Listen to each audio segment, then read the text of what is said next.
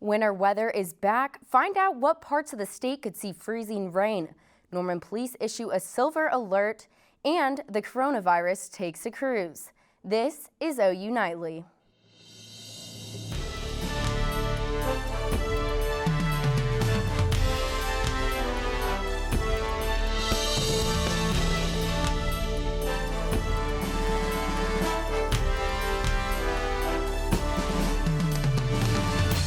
Thanks for joining us for OU Nightly. I'm Chloe Sparks. And I'm Kolby Terrell. We begin with the return of winter weather. Part of the state is under a winter weather advisory. Let's get a first look at the forecast from Martin Lowrimore. It's been a beautiful, beautiful and dreary day out here in Norman. It has just been absolutely muggy, dreary. Right now, it's raining pretty heavily. Temperatures are starting to dip down near freezing. Right now, we're sitting at 36 degrees here across Norman. If we take a look at our radar, it is just covered with everything, rain, mixed snow. Probably none of the snow will actually make its way into the Norman area, but we're going to be keeping an eye on it. Let's look at those temperatures. Again, near freezing here in Norman and across central Oklahoma. Definitely getting towards freezing in the western part of the state. We get back to later, and we'll get Hannah, and she will get you to see where is going to get the snow, where's going to get the mix, and where's going to get a lot of rain. Kolby and Chloe, back to you. Thank you, Martin. We've heard a lot about the coronavirus in the past few weeks, but we haven't forgotten about another well-known virus, the flu. Flu season began in late September and is still definitely around. The Oklahoma State Department of Health is reporting 78 people who have been hospitalized with influenza in Cleveland County and a total of 23 deaths in Oklahoma. Washing your hands and covering your coughs is still very important for this year's flu season. Typically, influenza B is the most commonly reported, but this season, influenza A is increasing. And Norman police are asking for help to find a missing man tonight. Terry Gano is a 69-year-old Norman resident. Police say he has a significant medical condition. He's last seen around noon in the Oklahoma City metro area. Detectives did not say what he was wearing or what type of car he might be driving. And after a tumultuous Iowa caucus, Democratic candidates turned their attention to tomorrow's New Hampshire primary. The Iowa Democratic Party awarded 14 delegates to Pete Buttigieg and 12 to Bernie Sanders following a 3-day delay. Sanders, who won the New Hampshire primary in 2016, is expected to secure the most delegates in that state once again. Pundits say these early contests are crucial for candidates looking to gain momentum.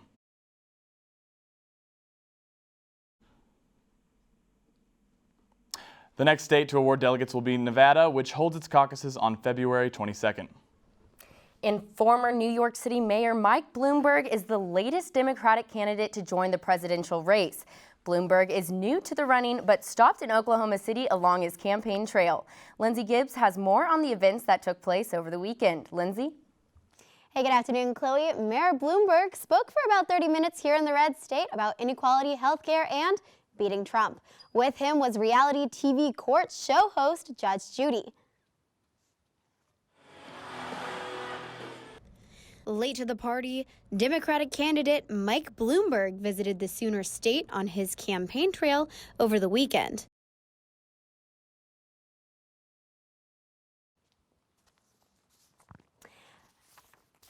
All right, I'm sorry for that technical difficulties, but I spoke with many others like Jim Shields, who was at the convention over the weekend, and he said that he wants to have a president that he can have confidence in. Chloe, Kolby, back to you guys. Thank you, Lindsey. Abbi Bennett joins us in the News Center with headlines from Iowa to Japan. The Bernie Sanders and Pete Buttigieg campaigns won a partial recanvass of the Iowa caucus results.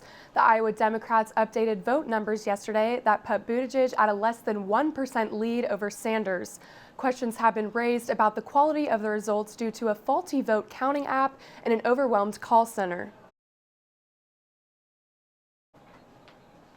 If the results don't change, Buttigieg would be the winner of the Iowa caucus with 14 delegates. Sanders would get 12, Warren 8, and Klobuchar 1. And more than 100 U.S. service members stationed in Iraq suffered mild brain traumatic injuries in last month's Iranian missile attack. The Pentagon and President Trump had initially said no troops were hurt or killed. When questioned about the reports of brain injury, Trump downplayed their severity. Experts say traumatic brain injuries do take time for symptoms to show. And the Diamond Princess cruise ship is under a 2-week quarantine in Yokohama. The coronavirus is rapidly spreading with more than 2,500 passengers in effective isolation. Japan's health ministry reports 439 onboard patients tested positive for the virus. They've given crew members and passengers thermometers to monitor temperatures and told them to report back if patients develop a fever. The cruise ship terminal where Diamond Princess is docked is now closed to the public. And Chloe and Kolby, Japanese officials have said they do not have the capacity to test everyone on the ship. Thank you, Abby. A foreign military has been charged with hacking. Millions of Americans have had their personal data stolen. Plus, OU Nightly's Hannah Gard will be live with an extended look at the weather.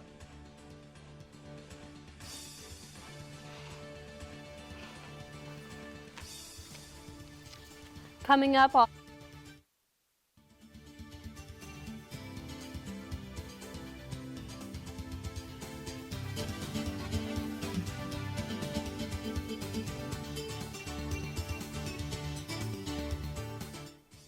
The United States federal grand jury charged 4 people in connection with one of the largest data breaches in history. Tori King is here to tell us who they are in this week's Money Matters. Thanks, Chloe. This morning, the U.S. charged 4 members of the Chinese military with hacking and stealing of personal data and trade secrets. These charges are in a direct connection with the Equifax data breach that happened in September of 2017. Hackers stole private information from more than 140 million Americans, making it one of the largest breaches on history. And there are ways that you can protect yourself from a data breach in the future. I've got a couple of ways for you right now. Experts say you should avoid connecting to open or free Wi-Fi networks in public. Many of them give hackers easy access points to personal data. You should also create different and unique passwords for all of your devices and websites, because if you use the same password for every login, hackers will have easy access to not just one account, but all of them. And lastly, don't tell your computer or other devices to save your passwords when they ask you to. It's tedious, but much safer to type in your passwords every time. And if you're thinking about investing, whether you're a millennial or a baby boomer, it's never too late. In fact, experts are telling older generations to invest like a millennial, meaning it's time to get away from government bonds and start heading towards putting money into dividend-paying stocks. Some trustworthy companies with these stocks include Verizon, Exxon, Mobil, and AT&T. People planning on retiring soon should see these investments as a good bet because they pay giant dividend yields and they have a lower capital risk. And local police have taken down a fake GoFundMe account created for the 6 more students involving the hit-and-run incident last week. Police say to be aware of fraudulent accounts like these in the future. Thank you, Tori. OU Law has been recognized as an Apple Distinguished School for the 2nd time in the school's history. After being first distinguished in 2017, the College of Law continues to ensure that their students can become technologically competent attorneys. This distinguishment is thanks to OU Law's technology initiative, which allows their students access to many Apple products in order to become proficient attorneys in a fast-paced and technology-driven world. And NASA is helping out a certain department at OU. Find out how NASA and OU are teaming up for a research project up next. And Hannah Gard has a live look at today's weather. I'll talk to you about these dreary conditions today and where in the state could see some more winter weather coming up after the break.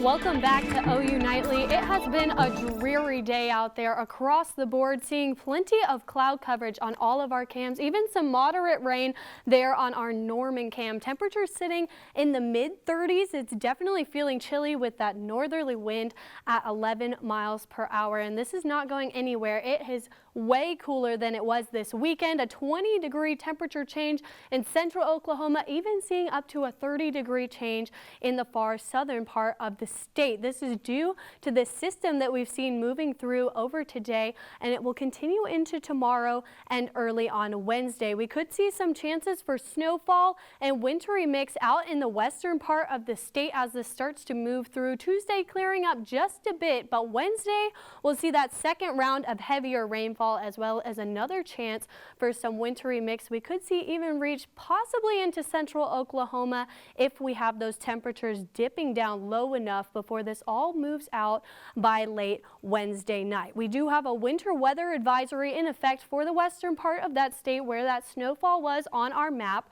This is not a significant accumulation, but definitely if you're out there, be cautious on your morning commute tomorrow. Our future snowfall showing that this is not very significant compared to last week, but we could see up to an inch in areas like Elk City. So if you do live out there, be very cautious of that throughout Wednesday. Our snowfall will mostly lie in the Panhandle, just some flurries there, and we'll see a wintry mix possible in this area in pink, but most of the state is just going to see some rainfall. Our lows tonight across the board sitting in the 30s. We're almost touching freezing, not quite, but throughout the day tomorrow, we're really not going to be warming up. When you head out the door, you're going to want to bundle up. It's feeling very chilly out there again, and this is going to be a lot like it was today. We'll have that persistent drizzle throughout the day, cloud coverage, and our temperatures only sitting in the low 40s by tomorrow evening. Our highs across the state, similar to Norman, sitting mostly in the 40s, and that northerly wind keeping us on the cooler side. Our 2-day forecast there, again, it's been cloudy today. It's going to continue into tomorrow, and we'll see that chance for heavier rainfall on Wednesday before we finally start to dry up into the end of this week. We'll be reaching into the higher 40s. Fridays will be in the 50s for Valentine's Day, and our warmest day is looking like it's going to be Sunday and Monday, finally getting back up into the 60s. Some relief from this chilly weather that we'll be seeing over the next couple days. Yeah, you know, it's weird because I just checked my weather app this morning and it said it was going to snow tomorrow. I got so excited. Yeah, we're not looking at anything significant here in central Oklahoma. Could see some flurries if our temperatures get cool enough, but again, it's not going to be anything significant. Probably still time to break out maybe the beanies, the hoodies. Yeah, tomorrow morning it's going to be cold. You could definitely break out a beanie. Do you think we'll need gloves though? I mean, it depends. I always put on gloves when I'm in my car in the morning and it's freezing, but. Yeah. Yeah, okay, well thank you, Hannah. Of course. Thank you. And NASA is honoring the University of Oklahoma with a $730,000 grant. This money will go toward researching and better understanding emerging diseases, particularly in parts of Central Asia. Professor Catherine Hirschfield from the Department of Anthropology says the grant will go towards better helping us understand where outbreaks of diseases might occur. It would help us sort of predict where diseases might emerge. We're also going to do on-the-ground surveys of existing public health infrastructure. So where is the risk increasing and where are the resources most deficient as far as dealing with these kinds of outbreaks? Research will also cover other effects of outbreaks like economic consequences and international travel. And with a jam-packed weekend of sports, Madisyn Daddario gives us the details. We've got a ton of basketball talk coming up, and Bob Stoops receives a sweet message from Sooners past and present amid the XFL re-debut. Don't go anywhere, sports is next.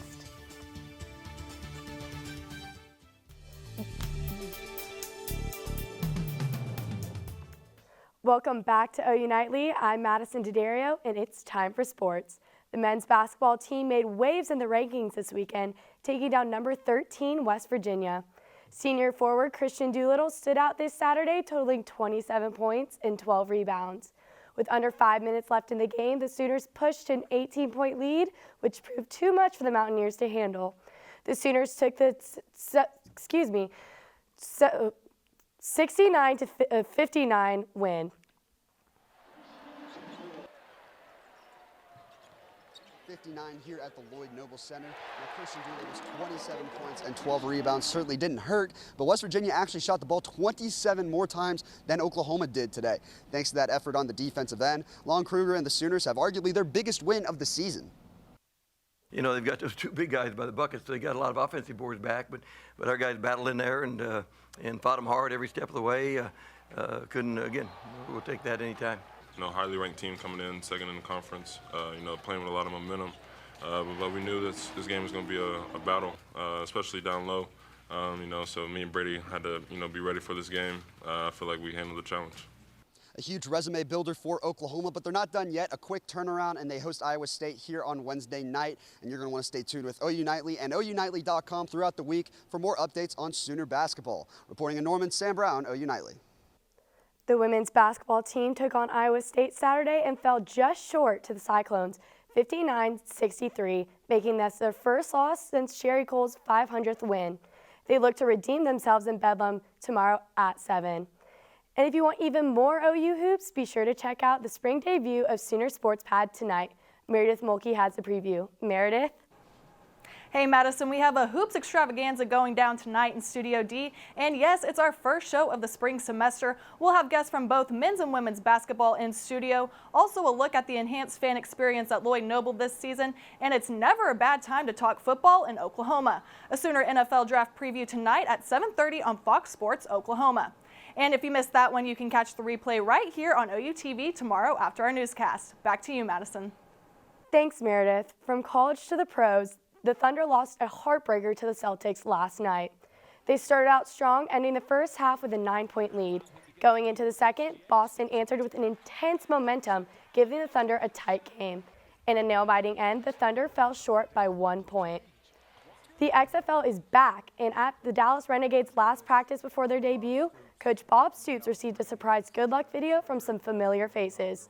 The video played on the big screen in Globe Life Park, and among the people featured were some legendary Sooners like Adrian Peterson, Tommy Harris, and none other than Lincoln Riley himself. Following his good luck video, Stoops and the Renegades took the field for their first time in Arlington. They faced the St. Louis Battlehawks, and after struggling with third down conversions for most of the game, the Renegades fell to the Battlehawks 15-9.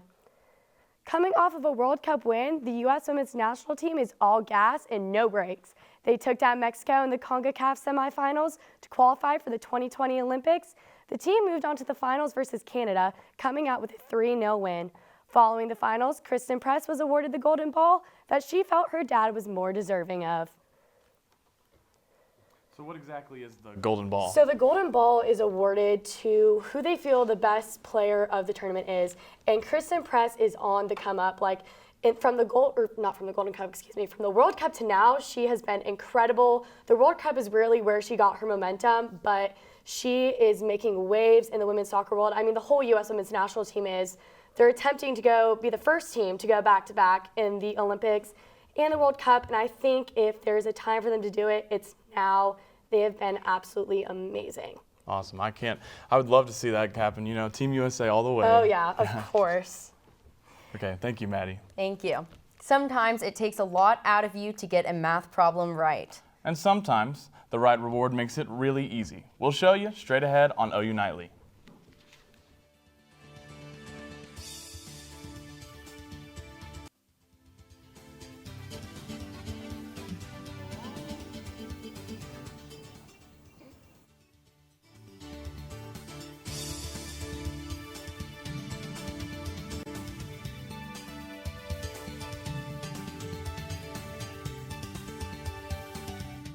I'm Tyler DeLuca at the OU Nightly Update Desk. This afternoon came with another dorm disaster for students living in the McCaslin Tower of Adams Center. An air conditioning malfunction, which had been previously reported to maintenance last semester, caused massive flooding that soaked the second and third floors of the dorm. Some students are being moved into couch for the time being, while the more fortunate ones hope to be back in the dorms tonight. Students will be reimbursed for their damages. That's it for now. Back to you in the studio. Thank you. They say there's no such thing as a free lunch. But Deli New York is proving that wrong. The shop is offering free stuff for solving simple math problems.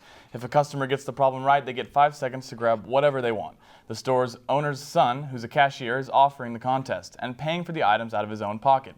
His videos of the contest are making him an internet sensation. He has more than 300,000 TikTok followers and 17,000 Instagram followers. All right, Hannah, so tell me, what is the weather going to be like on Valentine's Day? Are we going to be better going daytime date or nighttime? So it's definitely going to be nicer than it is over the next couple of days. We do still have that winter weather advisory in effect in the western part of the state right now. They've shrunk it down just a bit, so it's looking like if we do see any snowfall, it will be in that area, but this does expire into Wednesday. We will have snowfall mostly located up in the Panhandle. We could see up to an inch in Elk City, but here in Norman, we're just sticking with that persistent rainfall, that drizzling tomorrow. It's going to be cold for the next 2 days, but we will start to warm up into Friday. Valentine's Day looking like it'll be pretty nice. We could touch the mid-40s, date night being a little bit warmer than it will these next couple of days, and it should be dry for us. All right, so I may need to be borrowing a jacket. Thank you, Hannah. All right, thank you for tuning in to OU Nightly. We're live every weekday from Gaylord Hall on the campus of the University of Oklahoma. We will see you back here tomorrow night live at 4:30. Have a great evening. Good night.